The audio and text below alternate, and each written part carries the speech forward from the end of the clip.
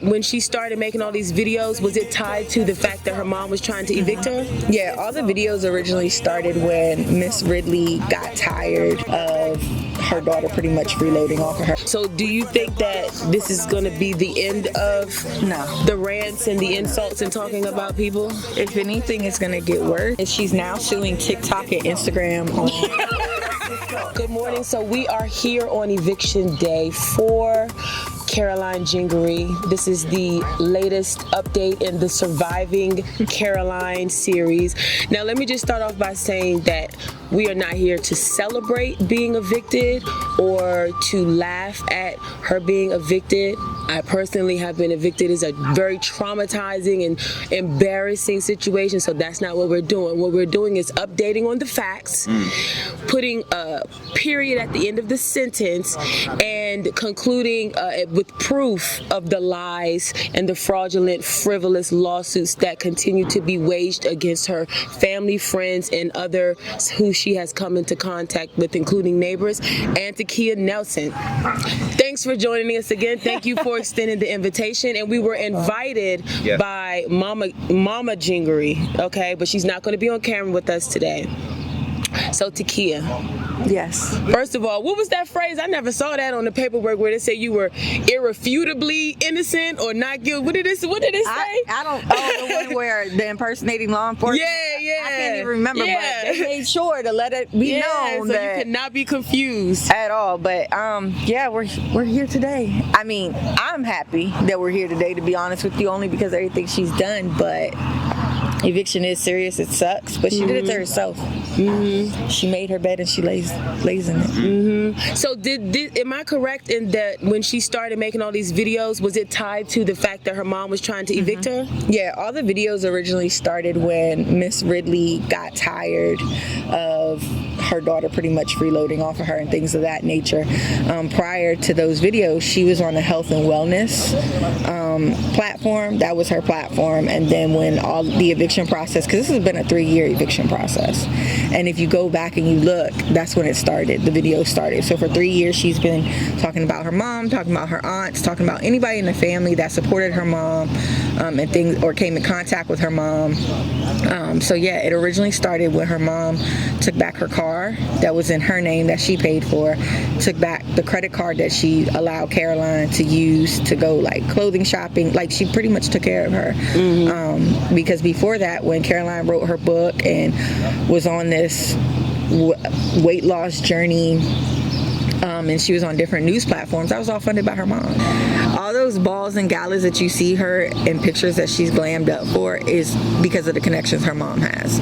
So she would go with her mom and her stepfather, and then when her stepfather passed, she would go with her mom. So all of those like events, anybody that she knows politically, is because of her mom. And these same people and these same events and the same benefits that she received from her mom, these are the same benefits that she blasts her mom for providing to other people. And am I correct that she calls her illiterate and just a lot of very disparaging remarks about her lifestyle and her education and her marriage? All of that. Yes, all of that's accurate. But again, this woman bankrolled your entire weight loss journey, for you to even have the platform you have now to bash her. Her mom bought out her books and would sell them out of her trunk of her car. Now that's support. Yeah, like she did all of that stuff. I saw the receipts. That's why I'm able to speak on it. I'm only speaking on what I've seen. Miss Marsha showed me the receipts where she bought out Amazon for her daughter's books, and through that, other people that I've come in contact with corroborated. Yes, she sold them things out the trunk of her car. She used her connections to push her daughter, you know what I'm saying, onto Dr. Phil and all those Fox DC and all that stuff, because yes, she is highly connected, and she does a lot for the community and for people. So her mom used those same connections to help her, and then she turned around and created everything that she is now known for and people feed off of. So a few minutes ago, Mama Jhingory mentioned that she hasn't been here in 3 years. How do you think that she has been handling all of this? I personally don't know how she's been handling it, because I would be in the mental institute if this was going on. My daughter was doing all of that, but she's handled it with her head held high. I do know just from professional, like she would send people out here to do whatever needed to be fixed or done. She continued to pay the water as she's supposed to in DC, from my understanding, because she's the owner of the building. She did what she was supposed to do as the owner of this building as a landlord. Because again, Caroline claims she owns this, but you don't own it if you are renting. And that's the thing. She evicted her because she owes her $33,000 in back rent. She was only required to pay $900 to $1,000 a month. Yeah. So I'm gonna find out once this is all over with what the availability. I know some of y'all want to move out of what's the last building we covered? You want to move out of the Enclave or Mason at Van Dorn or Hillcrest. We're gonna find out what's going to be the new rent. You know, you're probably going to have to put down about 3 months security deposit because, you know, stung, what is it, once bitten, twice shy. It was a celebrity's house. Yes. But yeah, she was only charging her $1,000 a month, and she wouldn't pay it. She wouldn't pay it. She wouldn't pay the utilities. In one of her videos, I actually noticed she was cooking on an portable electrical stove when the whole stove was behind her. I swear on everything I love. If you go watch the video where she's doing the breakfast, she's cooking on a small electrical stove and the big stove is behind her. So either your gas was off, the gas must have been off. I'm sorry, and I usually don't prey on people's downfall, but this woman has dragged me. So let's get an update to now. Last time I spoke to you, because you know I keep it 100. I was like, so what is your goal? What is your purpose? And at first you said, well, I'm just gonna move on, let it go. I'm not going to try to sue her because she doesn't have anything. But you were following up on the CPS thing. Then I got an update from my partner over here to say, you know what?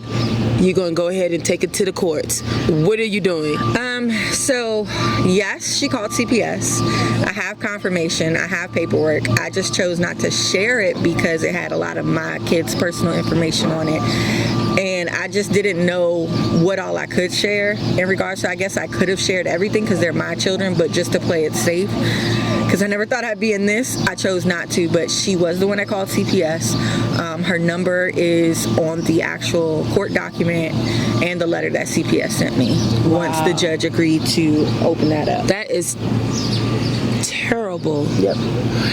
When there are real children who are abused and then you fraudulently call somebody, call CPS on somebody because they served you. The other thing is she's now suing TikTok and Instagram on...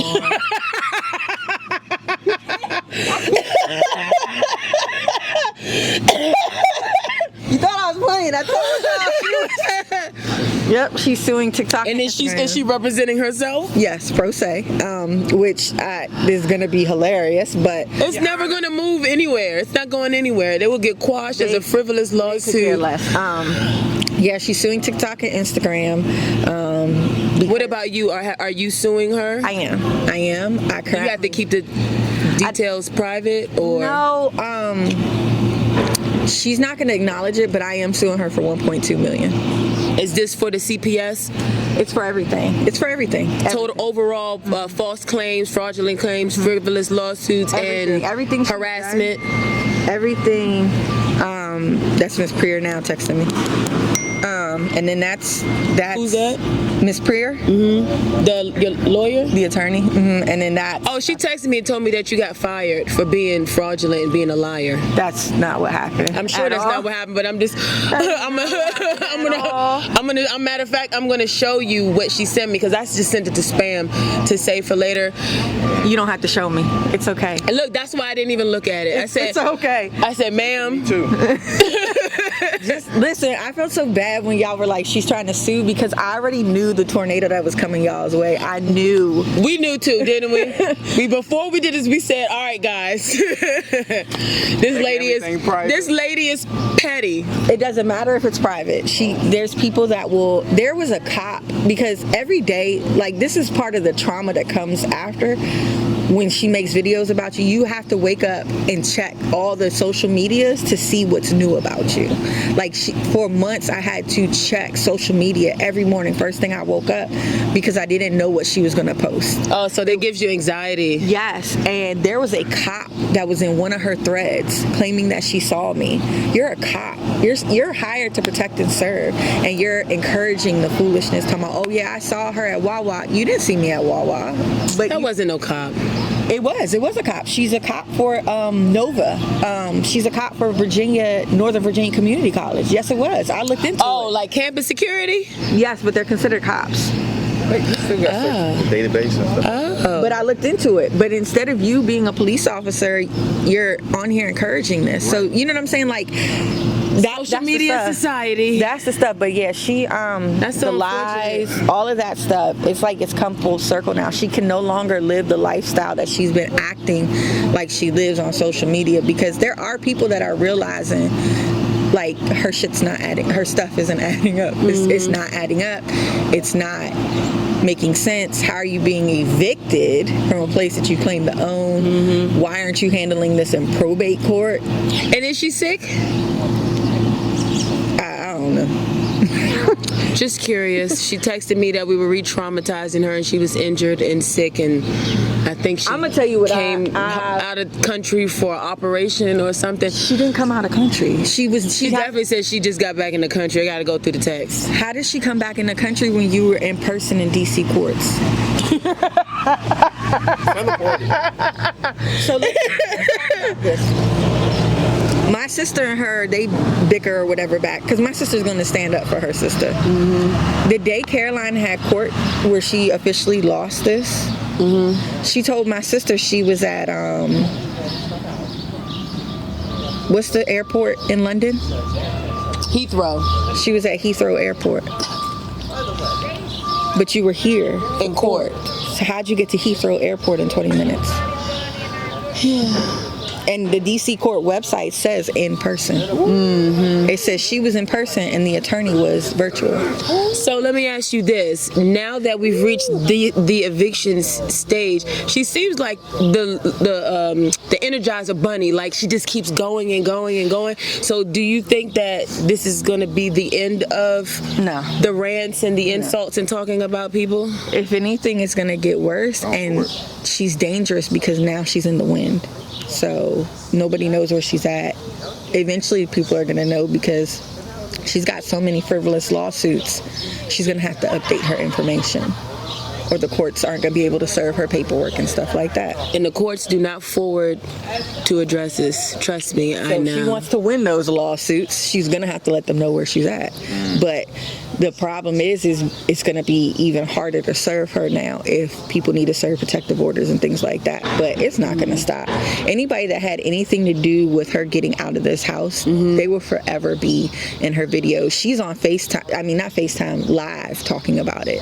I've had people come into her lives and just to see, and she won't even say my name anymore. I'm just the paralegal, which I'm okay with. You don't need to say my name. But she's obsessed. She's obsessed with Miss Prier. She's obsessed with myself. She's obsessed with anyone who has any type of success, and she's obsessed because she doesn't have that success. Everything that she's had, all the jobs, once Miss Marsha is able to speak on it, she'll tell you every job Caroline ever had was because of her.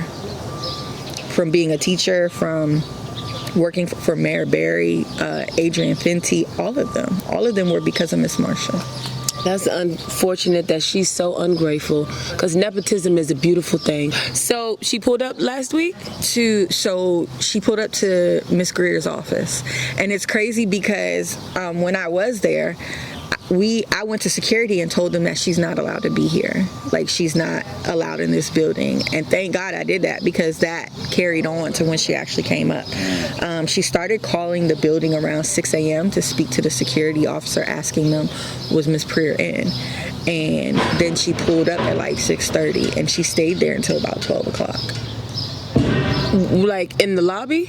In the lobby, outside, walking back and forth, all of that stuff. Was she shouting? From my understanding, she was very unhinged. The security guard said that she was very unhinged. You could tell that she kind of had she had detached. Like she was, yeah. Like So wait, does Caroline have mental health issues? according to her family, yes. She's been committed according to her family. Oh, so she's not just spoiled, she's actually struggling with something. Mentally, yes. Oh, and she's not on any she's not on meds. I don't know. I borderline on speaking on stuff like that because of Right. HIPAA, and I don't have time for another lawsuit and all that other stuff. But as a child, she was committed. Okay, that's what's public knowledge. Yes, as a child, she was committed, and there's plenty of family down there that will confirm everything. They'll tell you. As I've gotten into this family circle, from my understanding, she's always been hell on wheels. And that's why a lot of family don't deal with her. They stopped dealing with her before the videos, before all of that. Like, they cut her off. And so when mom cut her off, that was the last straw that she just unloaded on everybody. Yeah. Oh, wow. So they'll give you so much. Like they will give you so much. They will give you so much.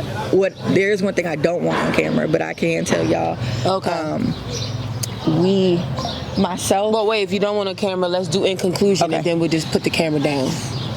So in conclusion, I just want it to be over. I want it to be over. I want her to never make a video again about me. I want her to not contact my mom, not contact my sisters. I want her to leave me the fuck alone. okay. Well, thank you, Takia Nelson. You are a bold, brave, interesting young lady. It's been quite the ride, and I suspect this will not be the last time we see or speak. But let's keep it cute and connected online. Yes, we'll do. And so, this is Caroline Jhingory's house. So there goes some stuff on the back porch there. Apparently she's left out yesterday, and there's a hole in the window, and she left the window open. There's a hole in the screen right there. So apparently she left out last night because she didn't want to be embarrassed, which I understand, but she left all the doors open, and there's a family with, I think, children, he said, that live next door, and he was just remarking that, anything could have happened if somebody wanted to stroll in the house. I got stuff all this hair. I don't want it to get wet. The ring camera. And it's a nice property too. So for all of our viewers who watch our reviews of the slumlords and they're looking for an escape, 5727 2nd Street, I think it will be available pretty soon, maybe by the end of the summer, if not sooner. Now, it has been suggested by those in the comments, and even me asking, is Caroline suffering from mental illness? I had a conversation with someone close in proximity to her, not in relationship, say that maybe, but more so that she's just a habitual line stepper. I'm paraphrasing. She's a habitual line stepper, a terrible person, regularly disrespectful, and because there's no consequences, she just continues to act in a very childish, entitled, and disrespectful manner. She talks about her family, she talks about her friends, she talks about her mother, she talks about the neighbors, she talks about the family members of neighbors and strangers and people that she doesn't even know, and she's constantly taking people to court. That's this episode of Surviving Caroline Jhingory.